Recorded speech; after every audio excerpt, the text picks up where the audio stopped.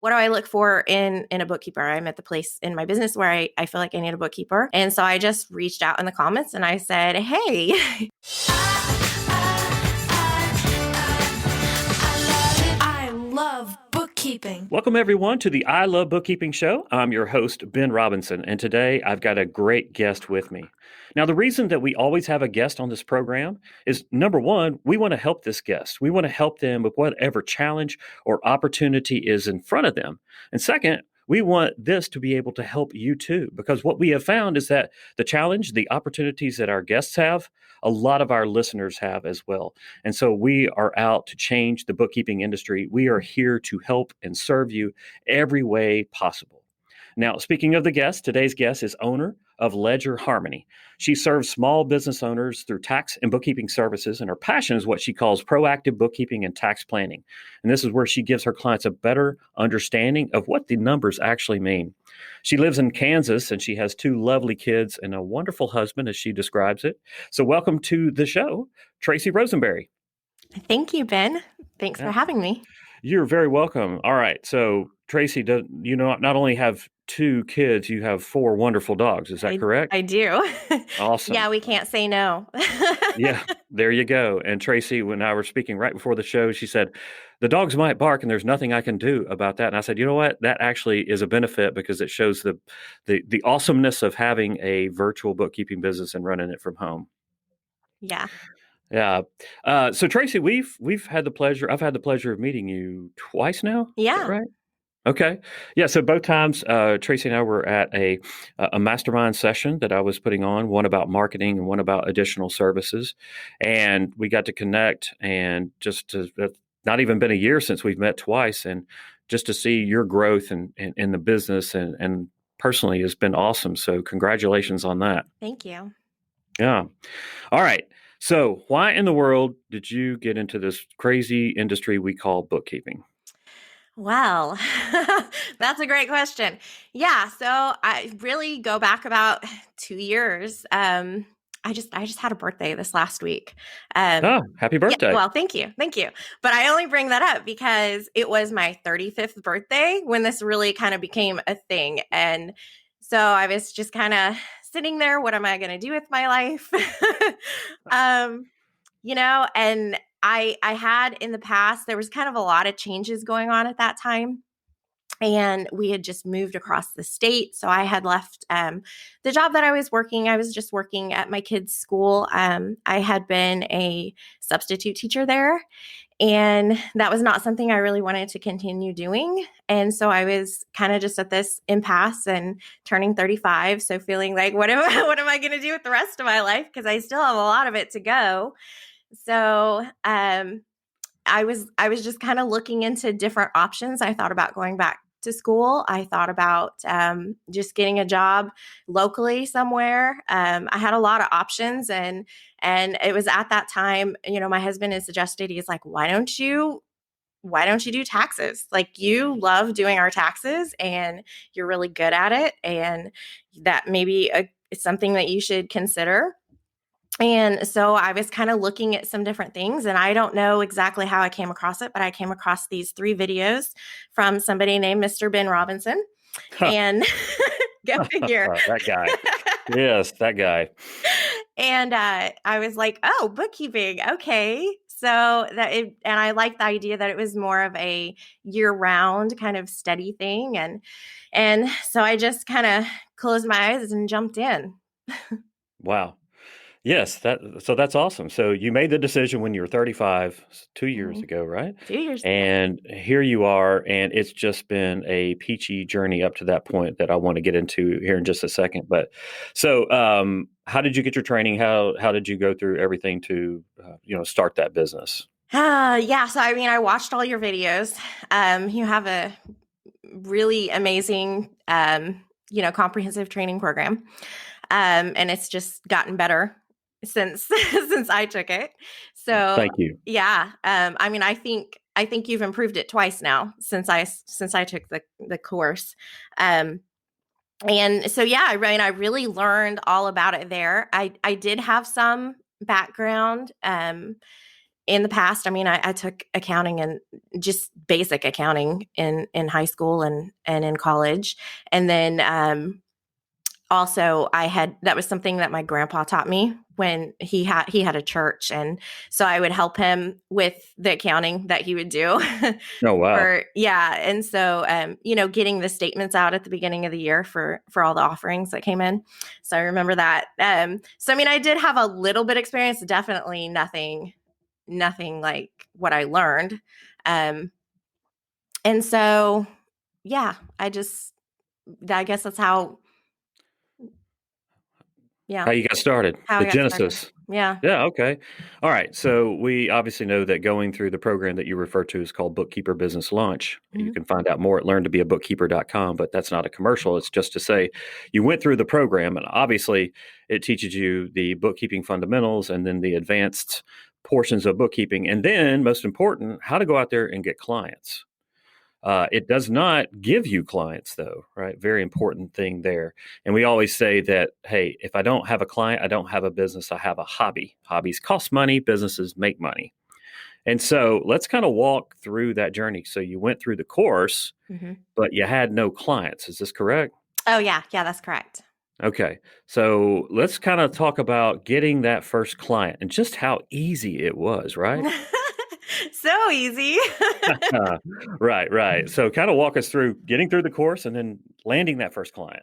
Yeah. So, I mean, I just kind of jumped right into it and just went full blast with the course. I had, kids were in school, and so I had the day when they were gone. And I just wanted to get through it as quick as I could, and I did. And I was just ready to go. I didn't want to lose momentum on that. And so I just went out there to try to find my first client. And, it's it is challenging. You don't when you come from a place where you've never had a business, you've never really had to even sell necessarily, and I don't even know. It's not even really selling. It's just I guess in a way it is, though. You're kind of selling yourself. Um, I took your advice and made sure I had my website up, and I had a LinkedIn page, and I was just kind of going with it. How I actually got my first client, and it was pretty quick. I would say it was maybe about a month after I finished the program. Was I was just in a Facebook group, and I was just kind of looking in the Facebook group, and somebody had said something like, "What do I look for in a bookkeeper?" I'm at the place in my business where I feel like I need a bookkeeper, and so I just reached out in the comments and I said, "Hey, I'm a bookkeeper, and I think it's really important. You need to meet with them first, and make sure that you have a good connection with them." And, I gave her a couple other pointers, just making sure that they know what they're doing and that they're a good fit. And so Mhm. it just kind of went from there. And to my surprise, she chose me. And I was a total, I feel like a blubbering fool, whenever I was on the phone with her. I was just like, "Oh yeah, by the way, I just started. Yeah, I don't sure. have any clients," and somehow she still chose me. So, Oh, yeah. it's okay if you make that mistake. You may still end up with a client. Absolutely, absolutely. One thing I want to key in on, you delivered value in advance. You said that you answered some of her questions and gave her some information. That is key. Is this something that you instill getting clients that you like to do on the front end? Yeah, I feel like you can't give away too much for free. And I kind of struggle with that a little bit, I guess, at this point in my business, because I am so busy. And then I'll have somebody reach out and I'm like, "Gosh, I know they're just looking for free information." And I'll kind of go, do I even want to spend my time here? But I feel like it always comes back. It always comes back to me. I don't feel bad about giving away the advice. It's just, I guess you get to a point where you're like, this is a piece of my time that I have to give. So, you're a little more conscious, especially, knowing, I know this is kind of, I'm jumping the gun here, but my struggle right now. Right, right. I got Yeah. you. Well, we go from one problem, not having a client, to the other end of that spectrum of having no time. Right. So we'll dive into that in just a second. All right. So you get this first client. Let's talk about today, and then I want to kind of back up and talk about getting that first client to where you are. How many clients do you serve currently? That's a great question. I Yeah. How do you define client? Yeah. yeah, well, no, that's true. It's true. I believe I'm right around 17 or 18 possibly bookkeeping clients that I serve, either like monthly, quarterly. And then I have, oh my gosh, I probably have another 20 or so tax clients. Okay. That may be way off. I don't have everything back for taxes. Like tax season is just getting started, so we'll see where I end up with that. But Sure. yeah, Absolutely. And here you are taking time out of your schedule during tax season to talk to me. So thank you for that. I know that that's a time is short, but hopefully this will be a good lever for you. yeah. All right. So now you're working with 17, 18 clients plus a handful, more than a handful, a couple of Oh handfuls yeah. of tax clients. So got that first client. Here you are today. What has happened in between for you to land these clients? Wow. Okay, so where do I start? The first year was really the most difficult, I think. I guess I took a couple of projects. I had a client that just didn't work out at all. Um, Hmm. good learning experiences, though, I have to say. I wouldn't go back and change anything at all about that. I had a lot personally going on. I kind of had a bit of I guess I'm far enough removed. I can admit this now. Right. Like summer of 2017 was really hard personally. I kind of had a bit of a mental breakdown then. Yeah. And so that really put things on pause for me. It was a good thing that I only had a couple clients that I was working with. Sure. But just kind of keeping it going during that time, getting through that, all of this stuff going on personally, and then I also was studying for my EA. I took all of the special enrollment exams in 2017 or beginning of 2018, and so I had that going on too. Um, Right. so really, January 2018, I kind of feel like was where I kind of buckled down and said, okay, we're going to make this work, and I want to make this a business and not just a couple clients here and there, and really make it a business. And so that's when I started kind of focusing on that. Hmm. And then of course, meeting you and in May of last year, I think I was at 5 clients. Then it was easier to count. Yes, absolutely. Yeah, didn't have to take off your shoes if you're like me from Arkansas. Mhm. Yeah. Well, and in my defense, so January kind of had a bit of a shakeup. I lost a few and then gained a few, kind of all at once, and so I was just like, I have to really think about where I'm at. Um, Right, not that I can't count absolutely. to 18. Uh, Yes, yeah. you're a great bookkeeper, of course. Right, Yeah, right. So,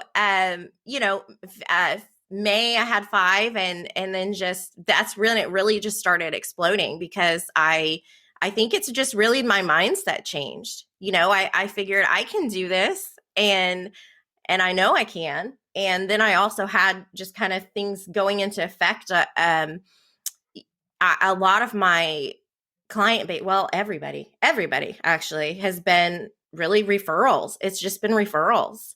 Um, mhm, I've had clients. I do some local networking. There's been clients I've gotten from that, and then just referrals from either the first clients that I had, and then the networking that I've done locally, and it's just kind of snowballed. wow. That's a testament to you and the service that you provide because those clients are obviously giddy, happy with you, and now they are referring others to you. And I bet, just knowing you, Tracy, that you haven't even had to ask for those referrals. They've just fallen in your lap. Is this correct? Yeah, pretty much. Yeah. Yeah, well, that's a great position to be in, and for all of the people that are out there that don't own a bookkeeping business, That's the first thing that we focus on, is being offering very quality service, really going above and beyond, delivering value first, over deliver, undersell. And Tracy, I know that you abide by that just because I know some of the backstory. So that's where you are here today. And obviously you had struggles getting there. Like everybody in business, we get to the top of one mountain and then we realize, oh no, there's another mountain behind this. But I love your attitude in that you wouldn't change anything because it's gotten you to where you are today. And you see that as a growth learning experience. So kudos to you for that.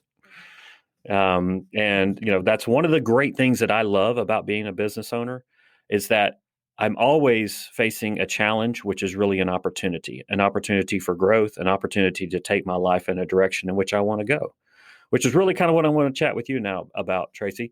So what do you want to be when you grow up? What's your vision for this business? Where are you driving this car?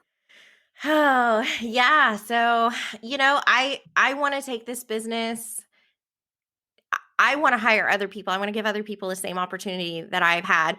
Being able to work from home is huge. I take my kids to school in the morning. I pick them up in the afternoon, and I basically work my business between it.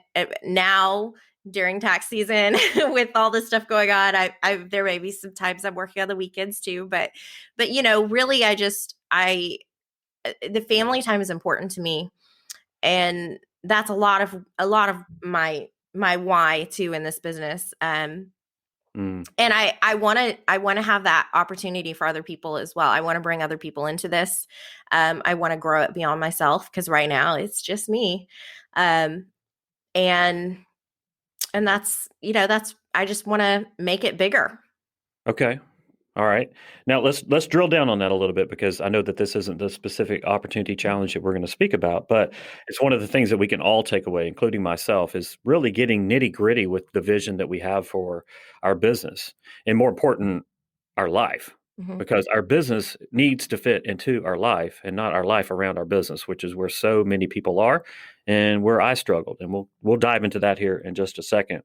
And I like the fact that you are talking about your life first and being able to take your kids to school. Was there a particular moment over the course of the last 2 years where you were like, oh, this is awesome. I've arrived. I've created this life that I want. Was there a specific instance that you can harken back to?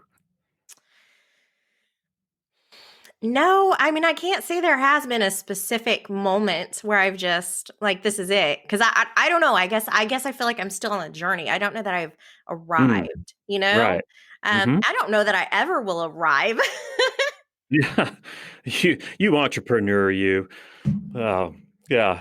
All right. Well, nothing wrong with that. One of the things that's important, and I know you've heard me say this many a time, Tracy, but it's important that we stop and smell the roses, that we stop and acknowledge what it is that we have done.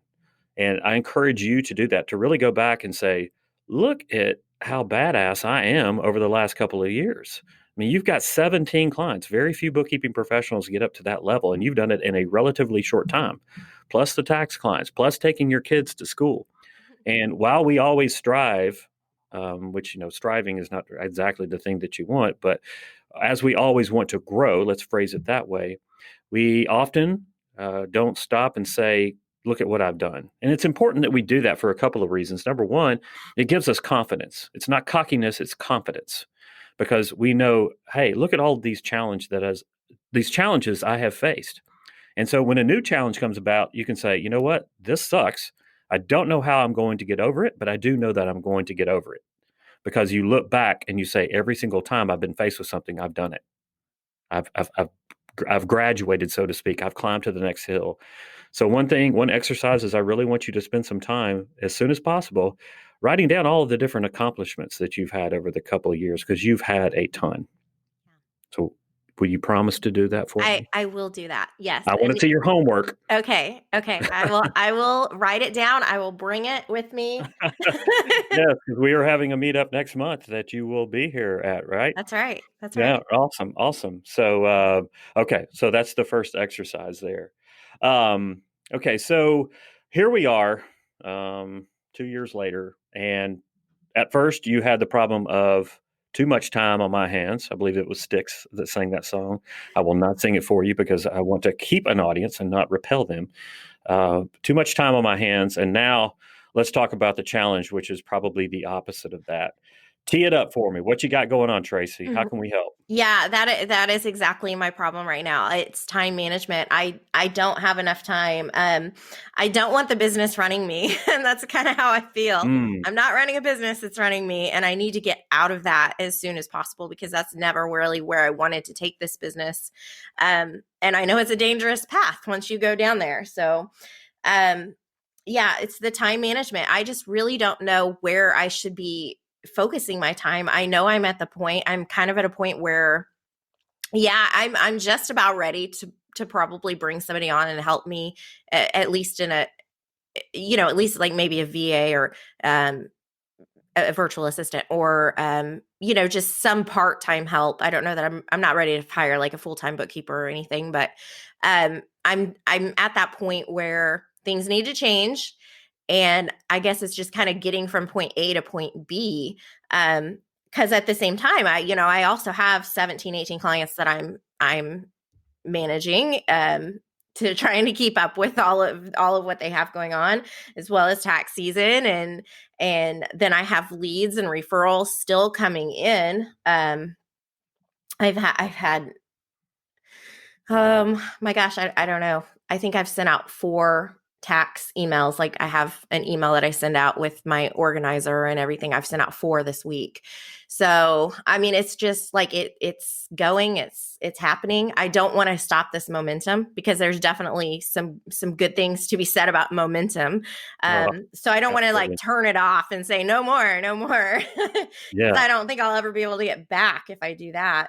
But just kind of keeping up with it. So following up with all of these people coming in and being referred to me and leads coming in. I get things from like the Pro Advisor, QuickBooks site. And I guess even people have found me just off of internet search, which is amazing. I don't know how, but it's happening. So, yeah. So, I mean, just keeping up with that. I've got my current clients. I've got leads coming in. And then, I have life. Sure. And then, I also know that I need to be documenting processes in order to bring somebody on. I've kind of had this conversation with my husband. I'm like, hey, maybe I should hire now while I still kind of have a little bit of time. And he's like, yeah, but you're going to be spending so much time training somebody. And then, coming up with what are you going to have them do. And so it's going to take more time away from what you should be doing already. And so it's just like this, I feel like I'm kind of like in a place where I just don't know where I should go and where I should be focusing my time. Okay. Yeah. I guess that's it in a nutshell, really. Okay. I want to come back and please remind me because I'll get excited here in just a second, but I want to come back to what you just said, where your husband said, well, maybe you should just focus on getting the work done. You don't really have time. There's a way in which we can do both at the same time. So please remind me because this is a key thing that you're going to be able to do. It's a big lever. It's going to help you with your business.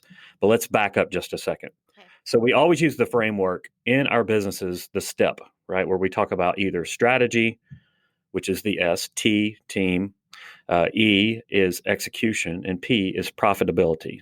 So strategy, team, execution, and profitability. So as we look at time management goes across all of those. But really right now, what we're focusing on is the execution, getting stuff done, right? That's really what we're now, all of them never are in isolation, but that's the key right there is talking about execution, getting stuff done, getting work out the door, making sure that your clients have a smile on their face. It can bleed over into team, which we'll get to here in just a second. But I want to ask you this. Let's say that you have your to-do list for the week, things that you want to get done. What do you naturally gravitate towards? What is something that you could do all day long, even if you weren't paid for it almost?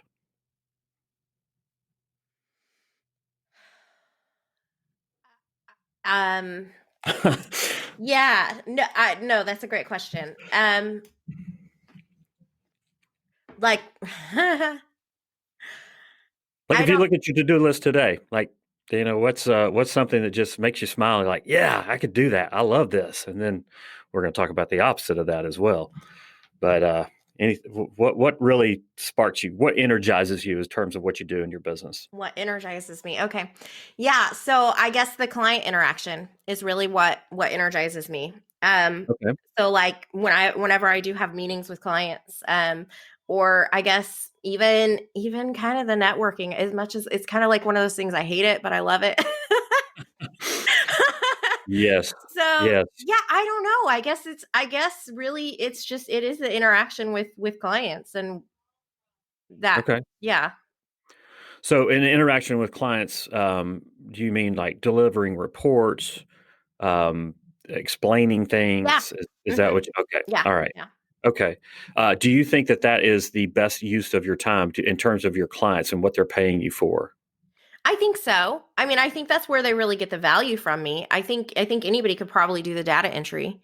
I Sure. mean, yeah. Okay. All right.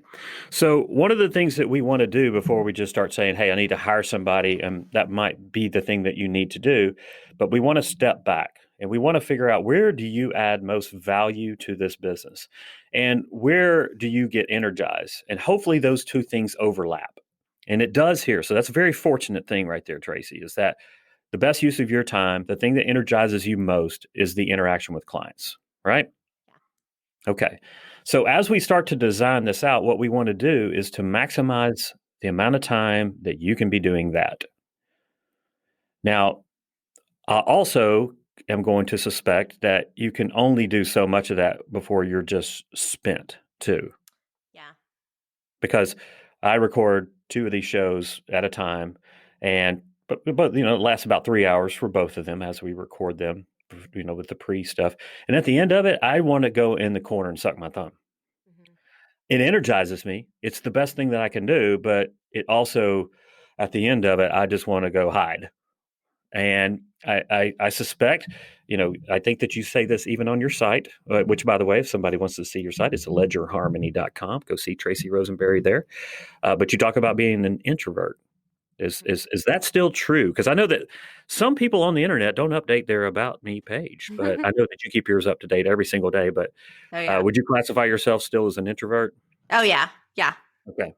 So as an introvert, we can fake it, and I don't mean fake it in being inauthentic. I mean fake it in that we can interact with our clients, and so you couldn't probably get to a place in which you could do those interactions all day long because it would just wear you out, and the thing that you love would become the thing that you hate. Ask me how I know. But so that's one thing, right? That's one. So client interaction.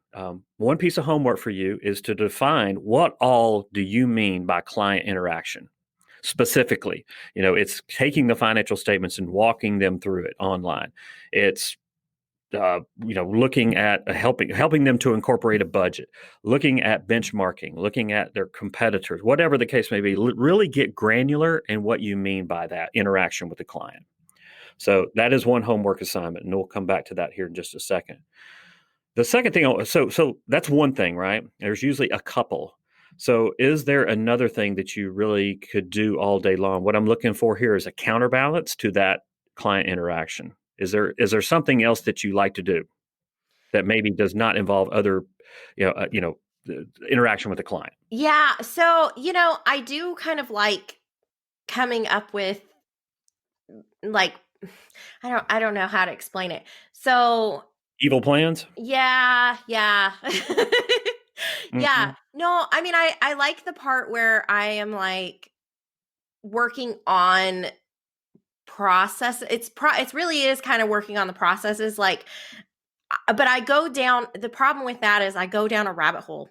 And so like I will find a new program or app or something and I will start like putting stuff into it and I'll say, okay, so like I use a program for my templates, my engagement letters and proposals and everything like that. And so What I program is like that? putting that stuff together. Like I like putting together workflows and like making things I don't know, it's weird, it's like a weird thing. Just making stuff work together, I Hmm. guess. Hmm. Like spelling things out. I like spreadsheets a lot. uh I could do What? spreadsheets. You're not a good bookkeeper if you don't like spreadsheets a lot. So awesome. That's good. I could do spreadsheets all day, but I guess really making it work for me, I don't know how to make it just not be a complete waste of time. I feel like those things, I do those and they end up being a waste of my time because I'm not seeing any immediate benefit from it. I mean, my client work is not getting done, obviously. I'm not following up with people. I'm not getting new clients this way. So I mean, that's one thing I like doing, though. I could sit here all day on a spreadsheet and come up with ideas. Okay. So is it ideas for efficiencies and delivering a better service to your client? There's that. And then there's also like, I'll come up with ideas like of things I should write, like blog post or videos I should do or things like that. But then I never do them. So there again. Okay. All right. Um, so it's one thing that's good to do. We got a lot here to cover, and this is great. We don't have a lot of creative outlets in what we do. hmm It's very, we have emotional, and then we have logical. Bookkeeping is very logical. Now, when you get to the relationship part, it's very emotional. And I think that this is where you're going, is that you really gravitate towards to that side of the business. But over here on this other side, you kind of go over a little bit of logical, but you really like the ideas, which is kind of going to the other side, the emotional side of things. So these are good counterbalances for you. And what we want to do is to maximize the two things that you enjoy doing, first of all, and number two, that provide the most value to your clients, and number three, leave you feeling fulfilled. So if you could get to a point where 90% of your day, week, month was the client interaction, coming up with processes, making them better, and then birthing ideas, would that make you a happy camper? I think so. You think so? All I think right. so. All right. So let's drill into that. I like to get down to the nitty gritty. You know that, Tracy, about me. Yeah. So you think so? So what is the reservation in that? What makes you not say with absolutely? Because that's what I'm looking for here. Well, I mean, I think you kind of hit on something when you said like the creative process because I did find myself, you know, I did find myself with the time management. Like I was trying to be very, very strict with myself on time management and say, you've got to get this much work done today. Like, do all the bookkeeping for this person and then make sure the payroll's gone out for this. And then just very like, do this. And then I was finding myself really frustrated because I didn't have time to be creative, or I guess really, I don't know. I consider it just time to just kind of dream, I guess. That Mhm. sounds so stupid. No, absolutely not. You wouldn't be a good entrepreneur if that weren't if you didn't have that seed in you. So, one of the things that I want you to start doing, Tracy, and we'll go full circle with this, but I want you to start scheduling that time, being intentional, and scheduling it first. This is kind of like making your business fit around your life, because this goes beyond just your business. This goes beyond Ledger Harmony. This will be with you long after you've retired from Ledger Harmony. So I want you to be intentional about that time, putting the things in there that are important in your life. And so for everybody listening, you got to schedule these things first. For me, things like meditation and going to the gym are things that I need to put on there first, because I know that they are levers for my life. And when I do them, I have so much more energy. I have so much more that I can give to you, the audience, and to my students through Bookkeeper Business Launch or Bookkeeper Leader, whatever the case is. So we've got to be very intentional about that. So Tracy, that's something that please, I want you to do. You don't have to schedule an hour every day. Start off with 15 minutes where I'm just going to sit and in my favorite place, with a cup of coffee or a glass of wine, I don't care, whatever it is that you want to do, and just think. I don't drink too many glasses of wine because the thoughts become very absurd at that point. Again, ask me how I know. But just schedule this time, because this gives you energy. After that session, you're going to feel pumped. You're going to feel ready to do things that don't give you that energy. Our life is like a battery. Our brain is like a battery. It goes up and it goes down. And if we keep draining energy from it, eventually it's going to crash and we have to throw it away. So we have to put energy back into it. And that's through these things that we're talking about right here. Okay. And the whole thing, I know that you want very specific things, and we'll get there. But what I'm trying to do first is to give you, or for you to be able to give yourself a vision of what your business is going to be like when you get a hold of time management. Because time management isn't the thing that you want. You want what time management is going to deliver for you in your life. It's just like we speak with people that I want to grow my practice. I want to become big, which I know that you said too, but there's really a reason behind that. It has nothing to do with the size of the client, size of your business or your bank account. There's something that goes on behind that. And that's what we want to get to. And by the way, this is something that a tactic, a strategy that you can use with your clients as well. Because when you start digging into their why they want things, you're entering into a different realm. Bookkeeping is first and foremost a relationship business. And if you build your business upon those relationships and not the transactions, you are going to be job secure forever. Okay, whatever apps or artificial intelligence or automation comes along, great, that's fine. There's not going to be an app for a relationship. So Tracy, bringing all this full circle, I want you to have that clear vision of what it is, because as we start to do tactics and put strategies in place for managing your time, we need to understand, does this get me towards that vision for my business and my life, or I should say life and business, or does it move me further away? Does that make sense? It does. Okay. All right. So what we really want to do with your time is that we want to help you to focus, we want to create an ideal day, week, month, year. Okay. And so I really want you to get down, start with a year, like how much time would you spend on interaction with clients? Okay. The relationship side of the business. How much time would you spend on efficiencies as it relates to processes? How much time would you spend on just sitting and ideating, if that's a word?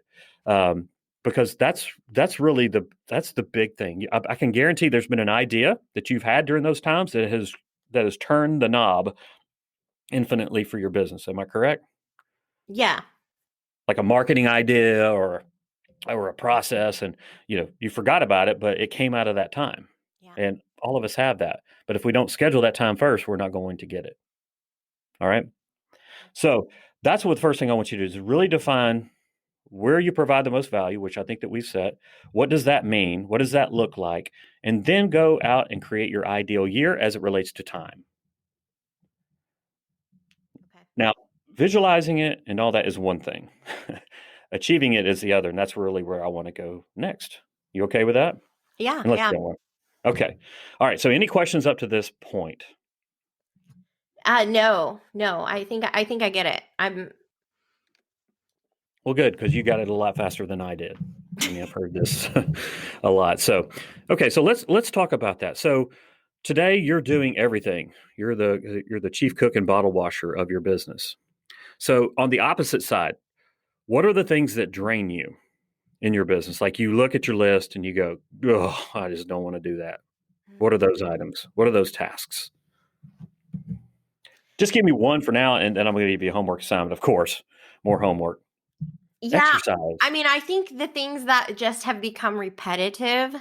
Mm-hmm. So like going in and just making sure bank accounts are still connected in QuickBooks, like just the really repetitive, this has to go here every single month. That's starting to drain me. I used to love it. Yeah. And Yeah. because I still like reconciling, like that's fun because, it balances and it's zero and it's perfect. But, the actual going in and categorizing stuff, that's just, it's boring to me now. And it's, Okay. yeah. All right. So the other half of this, we're listing out all the things that you love to do that deliver the most value. So now let's go and say, what are the things that you don't like to do that drain your battery, that really don't add that much value? Mm-hmm. It's not that they're not important. Okay. Transactions, getting them in, reconciling bank accounts, categorizing expenses, making sure that everything ties out on the balance sheet, the income statement, and the statement of cash flows is very important. Yeah. So it doesn't mean that it's trivial in any regard. It just means that it's not as important and it's not the best use of your time. So I want you to list out all of these things that really drain you. Okay. So we list them, all these things. Now, what we're going to do is that we want to start with and I believe that when you were here in May, we kind of did this sort of, but I want you to make a tasks list. Okay. I've got one of these that I keep up in front of me. Let's see. No, I closed my windows here just because of the podcast, but I keep that in front of me. And for kicks and grins, you list the task, if there's any description to it, and then you list on there, is this something that is my unique ability?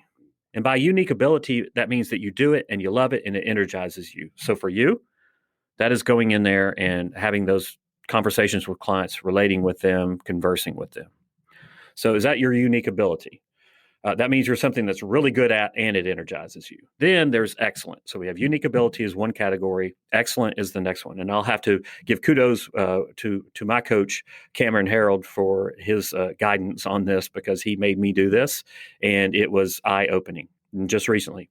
Unique ability, then excellence. That means that we're baller at it, but it doesn't necessarily charge us. It's kind of neutral. We don't dislike it, but we like it. Okay. So can you think of things? I've got some other things in which to go to, but can you think of some stuff that would fit into the excellence that maybe is not the unique ability for you? Oh, yeah, I'm sure. I mean, I feel like I'm pretty good at all of it, but Okay. All right. All right. I have Well, to that's be, good. right? There you go. Confident. Right. Right. Well, there's excellence. So that's something that, you're baller at it. It just does, and then there's things that we're competent at. All right. So going through and reconciling the bank accounts, I'm competent at that, but there's probably people who are better than me. And then there's the things that we need to just not do, right? If we're competent or we're incompetent. All right. So there's incompetent. So again, we have our unique abilities, which are the things only we can do and we love doing them. There's excellence, which we're baller at it, but it's neutral. Then we have competent, which we can do okay, but probably others better. And then we're incompetent. And I doubt that there's any of those in your life. And then what we want to say is that, hey, there's all of these tasks. Can we, number one, next thing to do is to say, what is my hour equivalent rate for that? So for me, I just put in there like $300 an hour for all of my unique abilities.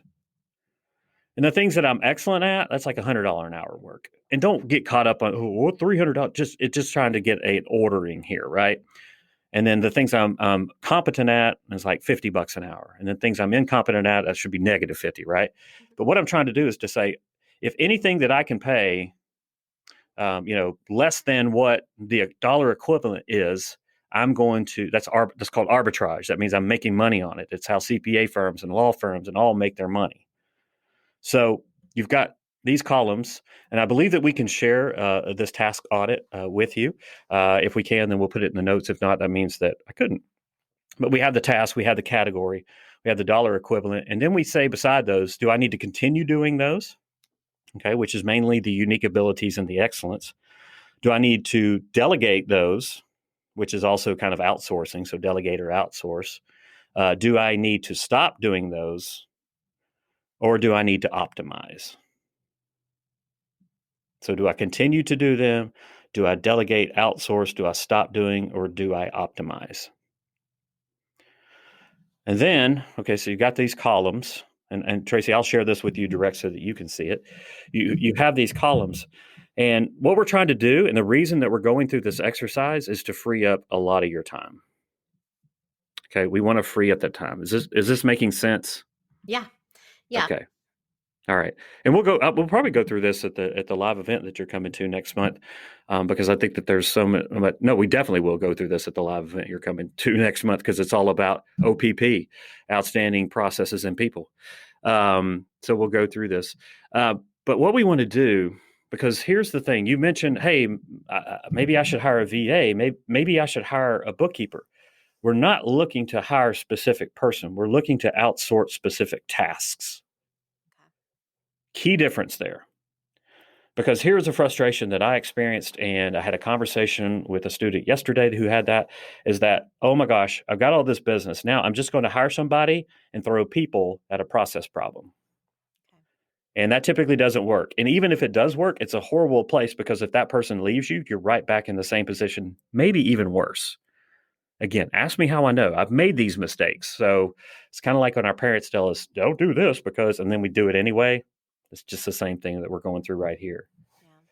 And But what that's I where I want you, don't want to be. no, no. So down the things that you're competent at, that are really things that others can do, that they're excellent at, or it's their unique ability. The first thing we're going to do, we're going to take the easiest one, and we want to outsource that or delegate that or stop doing it. So if there are things on that list that you need to stop doing, then stop doing them. I mean, it's that simple. It's not easy sometimes, but stop doing, right? Like I need to stop eating a bag of Oreos every single night before I go to bed. That's simple to say, but it's hard for me to do because I like Oreos, especially at night with milk. So we need to stop doing those things. Probably not a lot in your life or in your business that you need to do that, but if there are, then stop doing those. But now take the things that, hey, what is one task? Okay, so can you give me a task, Tracy, that is something that is simple, but it takes some of your time, and you're competent at it, but you really don't want to do it. Is there something that comes to mind right away? Well, I mean, like following up with people, like the leads that I'm getting and figuring out, that step before I figure out, do I need to schedule a consultation with them? Is this for bookkeeping? Is this for tax? Just like following up with that. It takes me a little bit of time to come up with like, what do I say to this person? And, just making sure that I do follow up, because sometimes, I mean, honestly, some people have just fallen through the cracks and I didn't even follow up, and that's not a good thing. And then there's other times where I'll follow up and then, they get lost somewhere along the way. Like they'll respond to me or they don't respond to me right away. And then, yeah, I don't know. It's just, that is one of the things, it takes time out of my day. So like if I am having an awesome day and I'm getting a lot of stuff done, and then all of a sudden I've got like 5 emails I've got to respond to. Mm-hmm. Mm-hmm. Okay. So yeah. So one caveat on this for you and for everybody listening is that I don't typically recommend that we outsource key marketing activities. I think that that's something that the owner, you, Tracy, should only do. Not that you can't have somebody do some of the more routine type of things, Okay. or you can use a system that's going to help you with that. So let me just kind of give an example here or no, let me just use the example that you gave of emails, right? I bet that if you sat and went through your inbox with me, that 90% of the emails I could answer after you kind of walk me through them. Is this correct? Oh, probably. Yeah. Okay. All right. So let's take that challenge, right? And this is something that I'm doing right now, is that I could say, all right, I don't need a VA. I need somebody who's going to take care of my inbox so that when I come in the morning, there's only 3 emails that are there, the ones that only I can reply to. And over time, that'll probably become 2 and it'll become 1. But that's what I want to outsource. You may say, well, that's only going to free up 15 minutes of our time. Yeah, that's what time efficiency is freeing up 15 minutes at a time. Sometimes it's freeing up 5 minutes, but all of these things start to add up. And if you get the process down for how you do this, it becomes a freaking addictive game that you're going to be playing. Well, and I kind of wondered if this wasn't one of the things where I need to sit down and come up with like some canned emails or something where I can just change a few things. Possibly. I don't like possibly. Okay. There's some efficiencies that could be gained here. But let's just go back to that. Okay. Because that's a great point. So we have the emails, they need to be answered, and 90% of them are the same. So here's what I would do. I'm not hiring anybody yet. I'm setting up a process. So the next time that you have to answer emails, I want you to get out Snagit or whatever screen capture software that you're using. And I want you to walk me through, and when I say me, it's just anybody who would be listening. I want you to do it. You're actually getting the work done. You're answering the emails, and I want you to walk me through the logic behind it. I want you to show me what you're writing to the client. I want you to tell me about this client. I want you to tell me any nuances so that if I were to watch that video tomorrow, I could come in and play Tracy. Does that make sense? Yeah. Okay. So going to the point that your husband has, like, hey, you're not going to get the work done if you're setting up the process. Guess what? You're getting both things done. You're doing the work and you're now setting up a process. Okay. So you do that. Now, it may take a couple of days, you're recording it a couple of days. It's not going to be perfect. Don't let the fear of perfection keep you from making execution. But you're going to do that, right? And so now you have videos, and videos are very, very powerful in ways in which to offboard tasks that you have. The next thing that you're going to do, that you can do, is that you could get those transcribed from rev.com or any transcription service for about $1 a minute. So now you could actually from that have a transcript, and you could also create a checklist. With this one, not so much a checklist, but you could have a transcript of that if you want.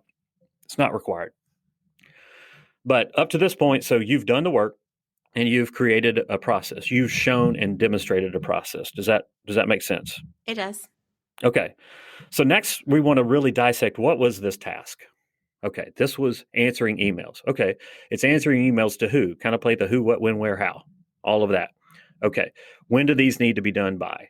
Establishing a regimen in which they need to be done. Because what we're doing now is setting up a task description that we can pass off to somebody. So, in the same thing, I really like doing video because I can do it. I don't have to type it out. My fingers don't get tired. I can just get it all done, and somebody else can type it out. I'm looking for places in which I can exchange paying somebody $20 an hour or $60 an hour for $300 an hour that I can do it. And again, don't get caught up on the exact numbers. We're talking about the process. But I'm taking one thing, okay? What we gravitate towards is saying, hey, here's a client. Now take care of them A to Z. That's a recipe for disaster. It can work, but it seldom does. And even if it does, it's going to be probably bad in the future when that person leaves.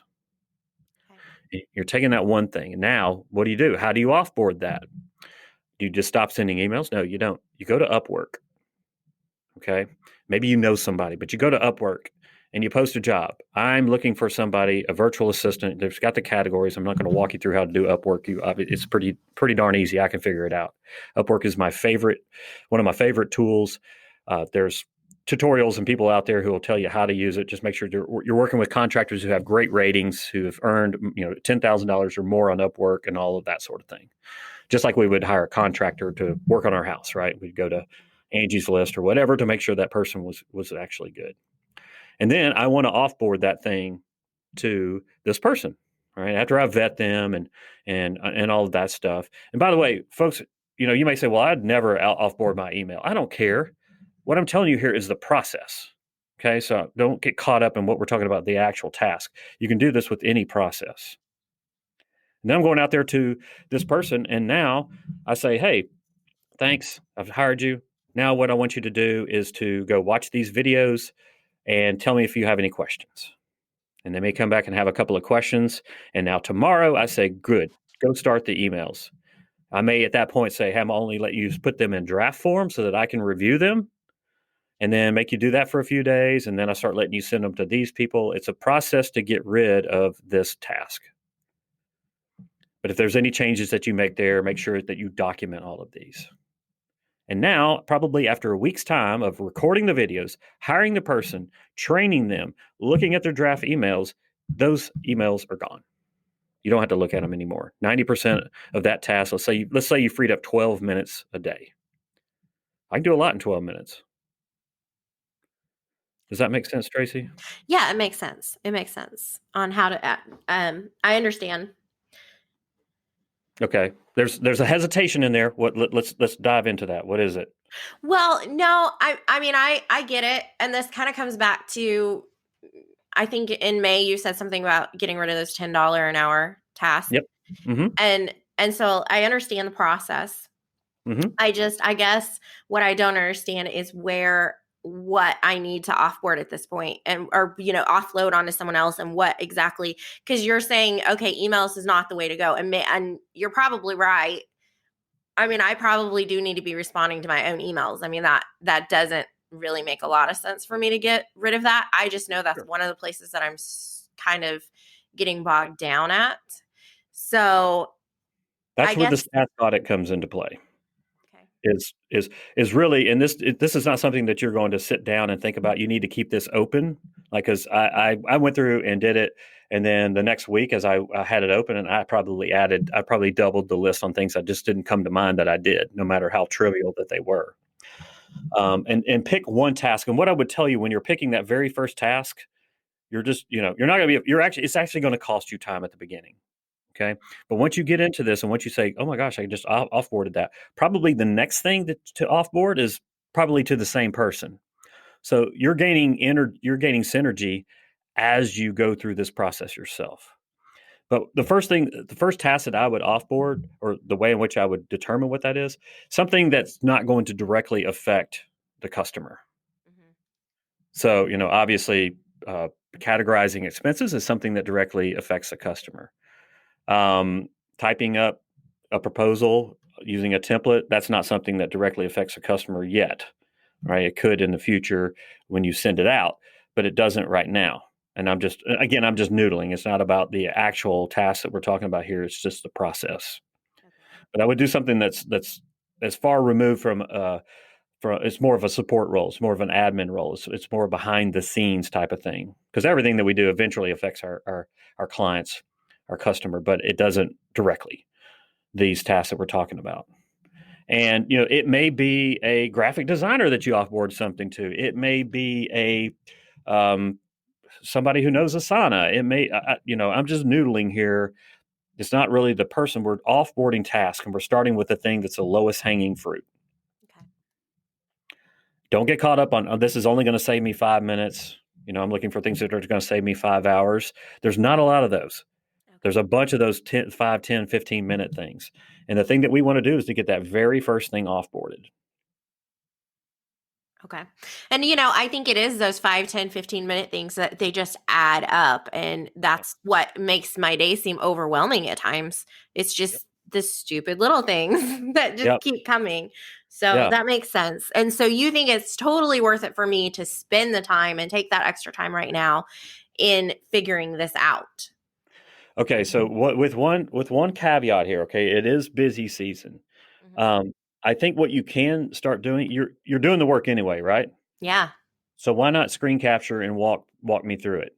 Does that mean that you need to start implementing this right now? That's for you to determine. Can you balance this with your load that you have right now? It might be best, and again, this is for you to determine, Tracy.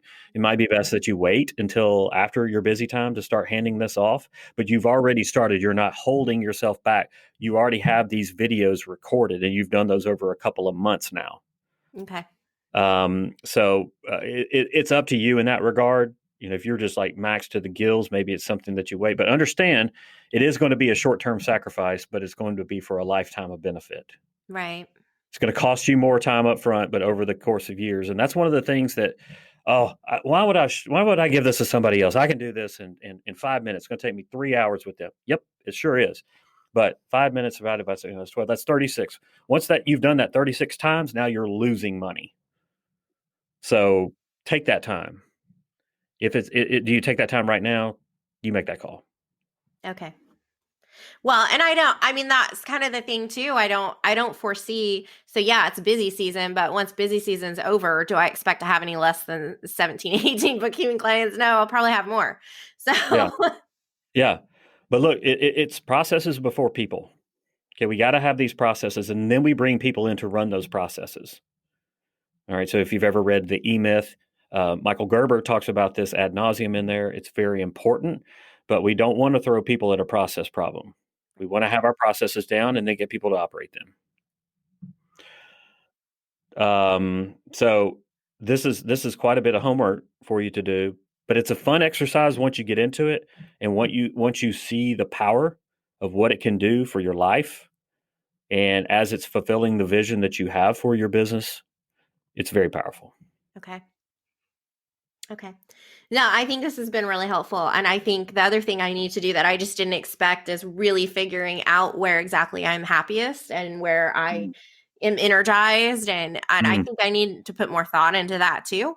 And I love that you gave me permission to just keep dreaming and, actually it's not Absolutely. a waste of time. So Yeah. yeah. Well, I appreciate you letting me serve you. There's something else that I would like to chat about with you. At probably, hopefully, a later time we can do a follow up on this, Tracy. Sure. But you've got enough on your plate right now with this exercise. So I appreciate you being a guest here today. Again, if anybody wants to find out more about Tracy Rosenberry, please go to ledgerharmony.com. Tracy, thank you so much for being a guest with us today. Yes, thank you so much, Ben. Listen, if you would like to hear more great conversations just like today's, then I want you to head on over to ilovebookkeeping.com. There, you're going to find all of the shows, the notes, and some other great goodies that we have for you there. Now, if you'd like to be a guest on the I Love Bookkeeping show, there is a link that says Be a Guest. Go in there, and we'll walk you through the process of getting on the show. And finally, to discover more about our programs, go to the courses page on the ilovebookkeeping.com site. There you have it, another great episode of I Love Bookkeeping. Thank you for being a proud listener, and thank you for being a bookkeeping professional. Enjoy the rest of your week. I love bookkeeping. Here's a little shout to all my friends working hard at keeping the books. You want to change your life, you want to grow that biz, it's not as hard as it looks. Be a money guide, a profit coach, step up your game and see